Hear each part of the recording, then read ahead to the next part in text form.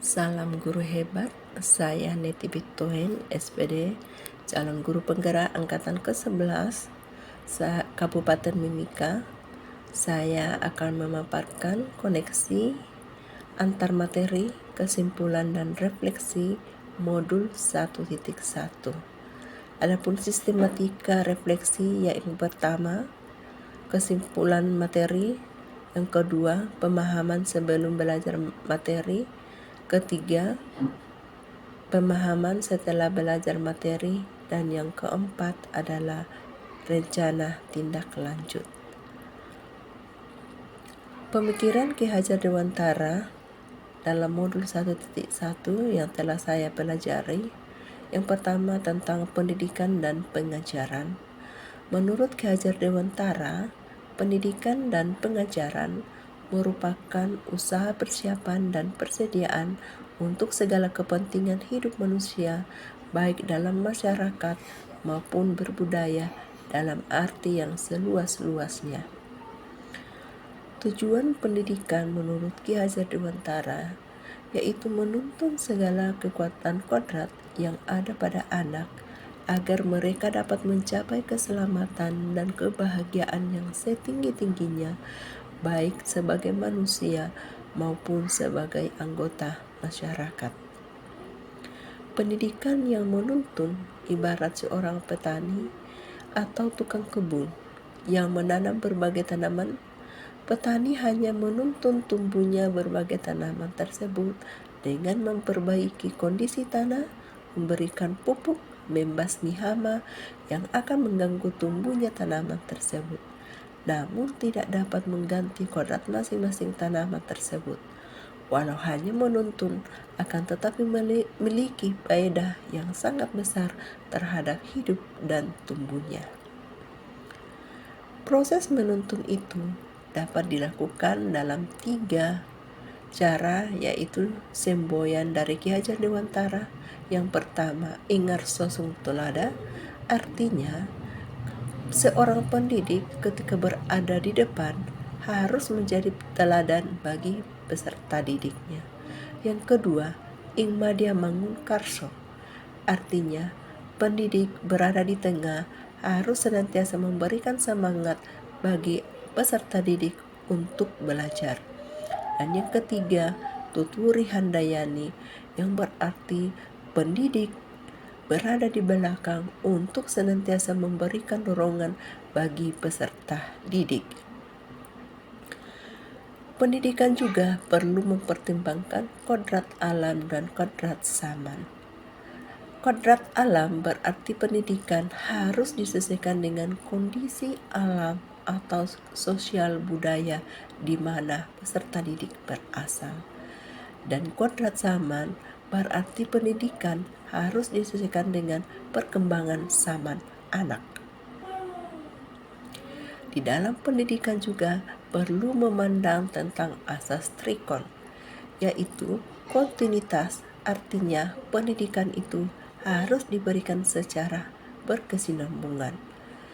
Konvergensi, yang berarti bahwa pendidikan atau belajar itu dapat diambil dari berbagai sumber.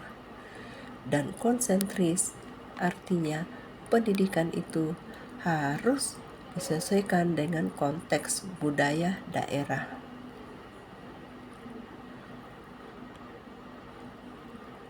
Pendidikan yang berhamba pada sang anak. Pendidik hanya bisa menuntun dan mengarahkan tumbuh hidupnya kekuatan kodrat anak agar dapat memperbaiki lagunya, bukan dasarnya. Artinya, pendidikan perlu bertujuan untuk menuntun anak menebalkan garis samar-samar agar anak dapat memperbaiki lakunya. Anak bukanlah kertas yang kosong yang harus diisi sesuai dengan keinginan orang dewasa. Dalam pendidikan perlu juga menanamkan tentang budi pekerti. Budi pekerti berarti keselarasan hidup antara cipta, rasa, dan karsa dan karya. Budi pekerti melatih anak untuk memiliki kesadaran diri yang utuh untuk memerdekakan dirinya dan memerdekakan orang lain.